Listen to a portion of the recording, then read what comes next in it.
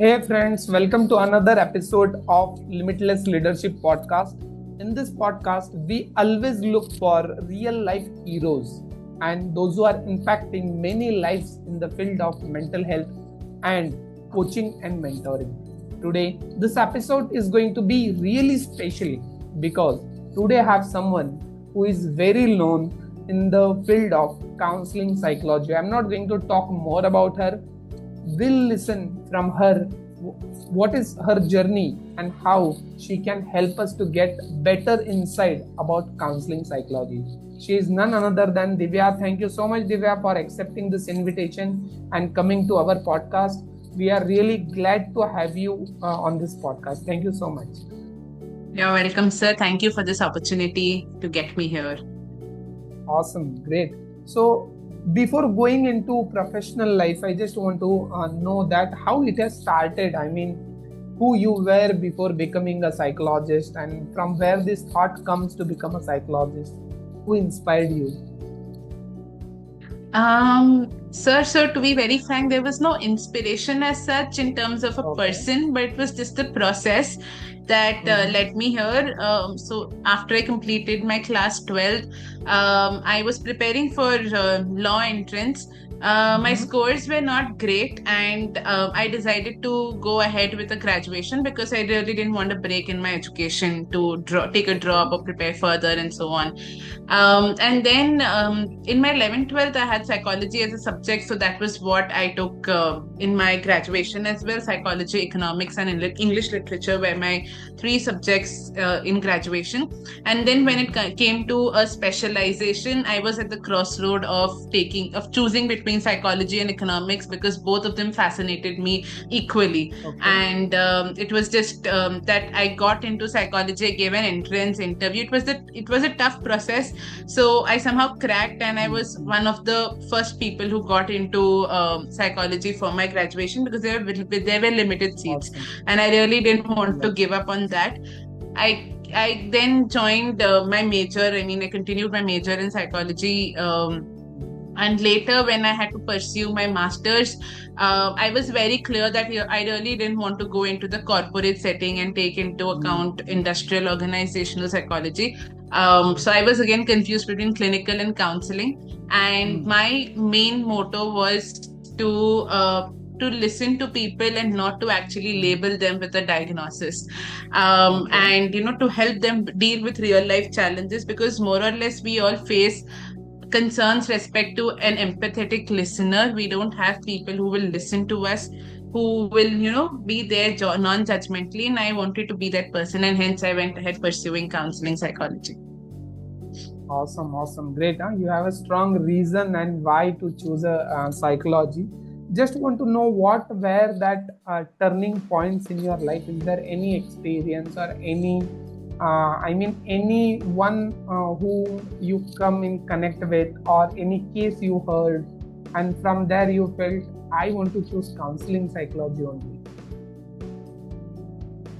um when I read up on theories and other, when I actually in my graduation, especially when I did a few internships. Okay, so this is, I think, a good example that I can give right now. In my second year of graduation is when I did an internship in a special school. So Okay. there were children with basic. I mean, there were children who did not were not even able to take care of themselves, like say 14, 15-year-olds, not Okay. being able to walk, not being able to talk, and they had to be trained, or they had to be given therapy with respect to training the gross motor skills or fine motor skills that we talk in terms of, say, holding a pen or fixing Right. puzzles and so on, which is supposed to be done, say, at the age of 3.5, 4 or 5 maximum. So Yes. that is when I got to know that there are individuals here who are not able to do their basic requirements of the day, and there is a requirement for trainers who can help them in carrying out their daily activities and so on. So Right. this was, I think, one of the major turning points which motivated me, plus a few readings on humanistic approach. When you read Carl Rogers, when you read Viktor Frankl, they actually talk deeper on exploring the meaning of life and what existentialism looks like. So these were the major figures in terms of psychology who drove me towards this field, and also an experience that I just shared. Awesome, great. So while working in this space, and when you are thought of doing counselings and all, so I remember I was when I have started that time, it was really difficult even for me to disclose my identity. The moment I say I am a clinical psychologist, people would say I don't want to meet him. Okay, and I have faced that many of the time. Okay, in my early career. So what were some of your challenges at the early stage of your career? Sir, I think early stage, and that thing still continues in today's time, that people have a lot of high hopes and expectations from you the moment you say that you are a psychologist. Right. I know that Absolutely. after 12th or after graduation, you are not allowed to practice, and this is something which should go around, that people just come and say, oh, you're pursuing psychology, okay, fine, just hear out my concern and give me some kind of a solution. That is not how it works. It at least requires a master's degree with with a proper structure, that you give pro bono sessions, you take supervision and so on, and then things go on. It's not as easy as people feel like. So, and there are people who also practice after their bachelor's degree, and they are, I think, the ones who are just motivating people to just go and talk to anyone who is doing some random course in psychology. So I think this was the major challenge that I felt, to actually tell people that I am not qualified enough to deal with your issues. It may be very grave and I cannot understand at this point of time. So I think, and that still continues sometimes, when I don't say that I'm not qualified right now. Right now, I am pretty much qualified to take in sessions or so on. But as a person also, I'm not in that right mental state every time to hear to people's problems. I have my own journey.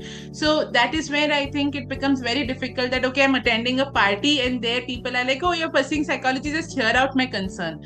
So that is not how things work. So this was, I think, this is a challenge which I've been facing right from the time I've joined the course. Yeah. It's not about you, it's about every psychologist. Whenever we go, people say, just look at me and tell me. Okay. Exactly. And, we have faced it a lot. Okay. Today also it happens. Now it has been more than 12 more years for me practicing. Still this thing happens. Okay. So it is something which is gifted to us. It is something gifted to us. Okay. So this brings me to another question. Was there any moment in your early stage, or while you were studying or doing this internship or your research, you felt, यार, this is not for me, let's give up? ऐसा कभी thought आया क्या? And if not, then what were those things which kept you going, or which is helping you to even continue in this field? Not the thought of giving up. I never thought of giving up. Yes, right now, like, I'm pursuing PhD. So I'm almost done with my PhD thesis at this point of time. So, but the last 3 years, there were times where I felt that I should just give this up and go back home. That was a thought. But in terms of career, I think when I was struggling to get a job after masters, because I have never had a break in my education. So till masters, it was a continuous education, and then I worked for 1 year, and then I joined PhD. So in that phase, when I was struggling to get into the job, I did feel, oh, I should have probably taken up economics, because I saw a lot of my friends getting into corporate and earning and all of that, and I, on the other hand, people are bargaining with me for session charges and so on. That is where I felt that, okay, people just want to talk for like endlessly, get solutions and so on, but they're not ready to pay. Yes. Exactly. Absolutely. So what kept you going? I just took the onus on myself that I had taken a decision. It is me as a person who has thought it through, and it's just the initial phase of struggle. So like how we tell our clients that you should not lose when you are struggling, just keep trying. So that is what I just implemented on myself, and somehow now after almost completing my PhD and seeing myself a PhD in a few months, I have no regrets. But there was a time when I used to just falter that I could have taken up or explored economics. Absolutely. I totally agree with you, and even appreciating your openness to share all those things, because 85% of the people all over the world goes through self-doubt. Okay, and it's your openness that you are discussing about it absolutely here. Just want to understand, was there any mindset shift that you made while going through all these PhD struggles? Because I know there are many people who will come and watch this podcast who are doing their PhD, or they may be doing their PhD. So what were some of the mindset shift that you did for yourself, or what were some of your own mechanism to come out of that? If you can share a little bit about that, that will help whoever is watching this podcast.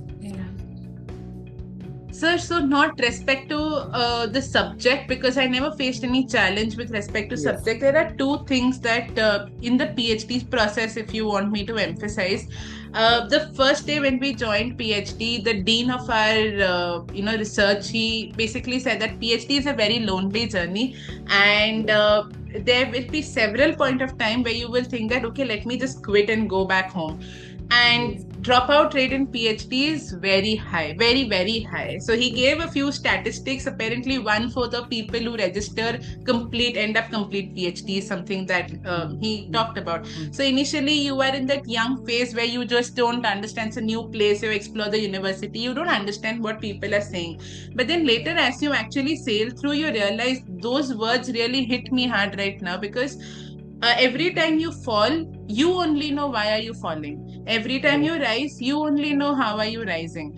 Other people, in spite of you having friends, in spite of you having supervisors, nobody will actually understand or resonate what you're going through. So I think that is the biggest thing that is there, that PhD is a very, very lonely journey, and you are just there for yourself. There is nobody else, in spite of you having several people around. So I think one challenge is that. So I navigated it through, exercising. That is one of my, ways of venting out. And it's also okay to cry. So that is what I normalized, that, okay, if you're just alone and you're not able to, go through things, it's okay to cry out. Let it be alone or with somebody whom you have. It's okay to talk. It's okay to talk about your concerns, even if the other person is not understanding. At least you are venting yourself out to that person. Yes. And also the last thing is that don't get afraid of rejections, because PhD is a process where you will send out a lot of papers, work on a lot of research, and you actually send it out for publications and so on. More than it getting accepted, you will get rejections from there. So that is one thing, that don't get afraid or don't lose hope on rejections. The more papers get rejected, the better chances of publication. So yeah. Awesome. Great. So you have given golden nuggets to all those people, those who are struggling there. Okay. When it comes to, you are saying that it's a lonely journey. Okay. And then it's a journey of rejection. Okay. And it's okay to cry. It's okay to talk. Okay. These are some nuggets. I always say I do train and deliver sessions for all the psychologists, coaches and trainers. And the first thing what I told them is, like, you are psychologist later, you are first human being. And you are going to face all kind of emotions. And it's okay for you to go through all those emotions. It never happen कि एक doctor है और वो कभी उसका तबीयत खराब होगा नहीं. Just because he is a doctor, okay, ऐसा कभी नहीं होगा, right? So he will go through cold, he will go through everything, right? So like that, we also need to understand that being a psychologist doesn't mean that there is a absence of emotions, or we should suppress our emotions to that level to leave that identity. That is not a real psychologist. We are a human being first, and then we are expert of any subject. So absolutely, you have bang on it, and the way you have explained it. I'm just curious to know a little more about from you, and that is, what do you say? What were your 3 habits that that has been helping you throughout your life and it's helping you now also? If you can just summarize 3 habits. Habits, in the sense, like, what do you want me to say? For example, any habits you have, how you said something about exercising, right? So Yeah. what are some of the habits that is continued in your life and you are doing it and that helps? I think prayers. The first thing is I would Okay. advocate everything to God. That and I mean, there are times when you're really angry at God that why do you want me to face this? But the next moment when you actually wake up and have the same faith in God, that really helps. It's okay to be angry. It's okay to also go back and just have that faith on Him completely. So prayers and just having faith in God was the biggest thing that has helped me. Second thing was definitely exercising. That it's okay. I mean, whenever I felt that rush, I would just go take a walk and just tired myself so much that at the end I would just come and sleep. So वो दिन खत्म हो गया, अभी अगले दिन की शुरुआत होगी, that kind. And the third thing is important is to take breaks in between, because like here, especially the place that I am in currently, there's no really an adventure spot, or there's no things very close by that I can चले गए mall, चले गए घूमने. It's an effort to actually go out of here. So in those cases, there are times when you're really frustrated क्योंकि daily basis में आप कुछ नहीं कर पाते हो जो extra हो. So in those cases, what I do is, ठीक है, 1-2 महीने I work and then I take like a good amount of break in terms of a week or so. Either go to my family or go out, or just take that 1 week off from your laptop, from your research, from your papers, everything. And then when you get back, it's all a refreshed mindset. So I think that kind of break, either intermittent in terms of weekends or a consolidated break at one point of time, is very, very important. Otherwise, it will just be a saturated, monotonous journey. And productivity just drops like ekdam drastically. I totally agree. And I truly believe the way you say and the importance of prayers, right? And then again you said about exercising, and you also said about taking breaks. Okay, so all those things are really important. Hey guys, if you are someone who is really struggling in your stuff, whatever you are doing, these 3 habits are going to help you. Apply it straight away. What Divya has given us is really a gold. Okay, so that take me to next question. That was there any moment where you felt you are doubting yourself only, and ये PhD है, this psychology is there, there is a need of people, but you are doubting yourself only, will I be able to do it? Was there some time like that, or was there any kind of fear that about your career, about your practice, or whatever PhD, whatever you wanted to do? Was there any fear or self-doubt you went through, and how you have overcome it? So again, before I joined PhD, like I said, I worked for a year. In that, I was providing counseling sessions. I was associated with the court in Mumbai, mainly the family courts in Mumbai, where I was providing counseling sessions to individuals who were undergoing divorce and domestic violence. So, and it was just fresh out of masters that I was providing. Of course, there was supervision, but at the same time, it was a job. It was not my education. So, at some points of time, I really couldn't understand what the other person is saying in terms of, say, people have told me stories like, the partner is very abusive towards me, but I just love him blindly and I cannot leave him, or I cannot leave her because I'm truly and madly in love with that person.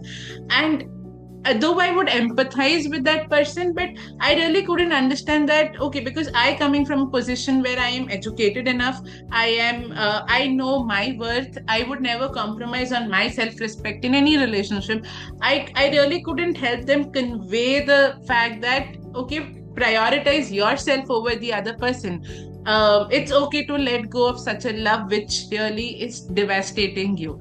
So that was a time where I really felt incapable at times. Of course, I would, at that point, I was also taking therapy for these concerns and also for supervision for these concerns. So that helped me grow as a person. Um, so that was one phase, and the second phase was in PhD. When I submitted my first article to a journal, I got around 20-25 rejections straight. And Oh at my one God. point again, I had lost hope that okay, ये तो publish होने से रहा, because I presented that paper in a conference and all of that had happened. So I was Right. very confident, but it was my mentor, my co-author, who was also my supervisor for that paper, who actually pushed me. So he's like, no, you can do it, just go ahead, okay, just try this is the last attempt, this is the last attempt. And then I think he kept pushing me. And at the end there was this stage when I told him very clearly, sir, this is the last time I'm trying. If it doesn't get accepted here, I am not pushing myself further, I cannot work on this. And Okay. apparently that thing happened and it got published there. So I think that was the time where I was almost at the stage that okay, इससे ज़्यादा मेरे से आप expect मत करो, हो गया है मेरा यहाँ level खत्म. Right. So yeah, these were Awesome. the So two instances. you have rightly said about fears and everything, the amount of challenge you felt, and actually you have touched my next question also. My next question was about role of a mentor in your life and in your PhD journey. So what you would say some more about it, that how important is mentor, and how necessary it is, even though we are a psychologist or counselor or whoever we are. So what you would say about mentor? Okay, so if I want to, I can talk a lot about this, but I'll really keep it short. Yeah. I have 3 supervisors in my PhD. For my PhD thesis, I have 3 supervisors, and we have 4 of us working together. But personally, I have no grudges, no complaints against my supervisors. All of them have been very, very supportive towards me, very supportive and very encouraging. So again, there are times even during the PhD when there is this pressure from the department that okay, you have to present this, you have to submit this, and every 3 months we have progress presentations and a lot of things that we have to do. So when I say that, ma'am, this is something which I cannot do, there is one supervisor who will scold me. There is one supervisor who would, be supportive. No, Divya, you can do it. And so I think I got just a mix of everything, that there was this punitive person, there was this person who was very supportive. So that way, it really, the role of mentor really plays an important role, because PhD supervisors can be very, very toxic. Can be very toxic at times. PhD itself is such that, I don't know how to explain. But luckily, I have got a very good and supportive set of supervisors. And this is not just to impress somebody or something like that. It's just that my journey has been not very smooth, but I won't say it has been bad. So I think that encouragement, and also a punitive person, encouraging person, and, loving person. I have got a mix of everyone. So I think everything is just needed. So you are lucky to have 3 mentors who are, who are giving you soft love also, who are giving you tough love also. They will be tough at certain time. Awesome, superb, great. So you share many of the time about struggle, self-doubt and all of that. So what keeps you consistent doing your work throughout this 3, 4, 5 years? What is the secret of your consistency? I don't know. I mean, it's just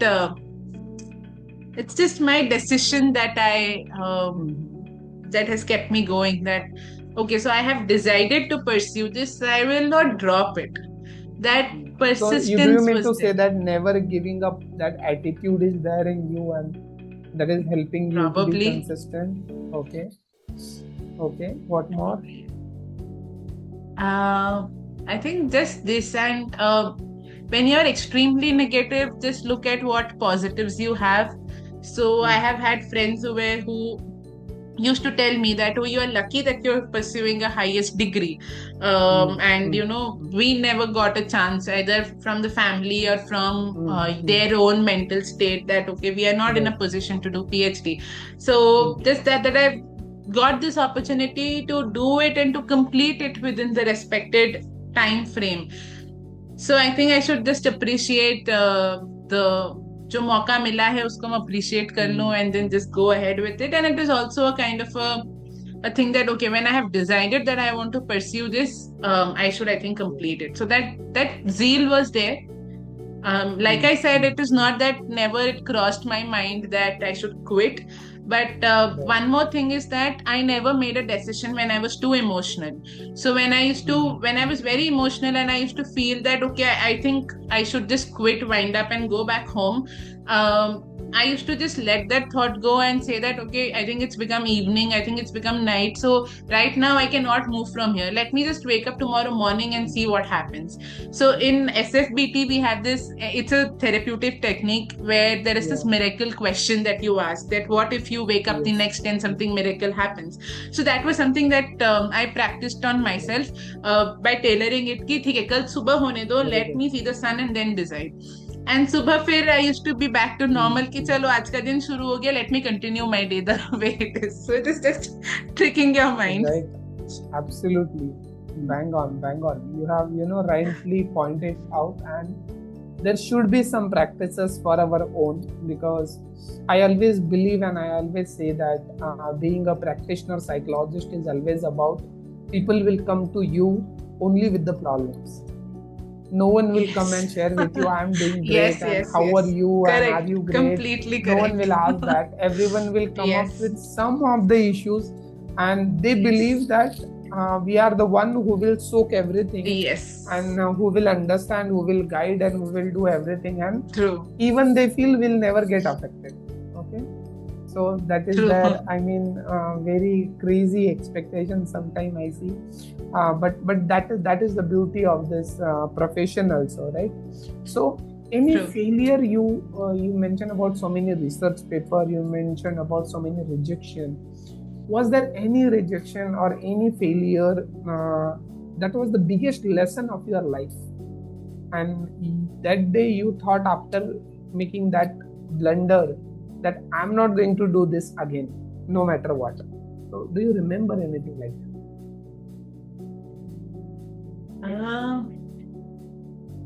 I mean, personally, yes, there are a few challenges that I've faced, but I would not really like to delve upon that here. But academically, I don't think there has been such a blunder.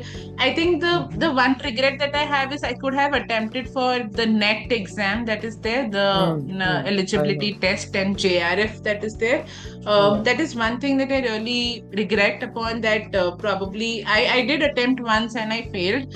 I should have prepared and attempted once again. But otherwise, academically, fortunately, nothing like that.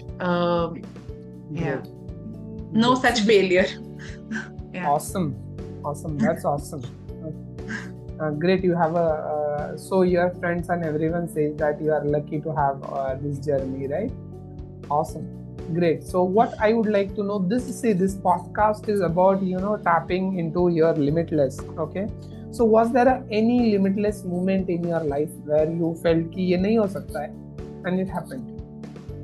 You felt कि ये नहीं हो सकता है, but it happened. So was there any moment in your life, in your career, that you felt कि ये नहीं हो सकता, मतलब that was your own limit, and actually it turned out to be a good one?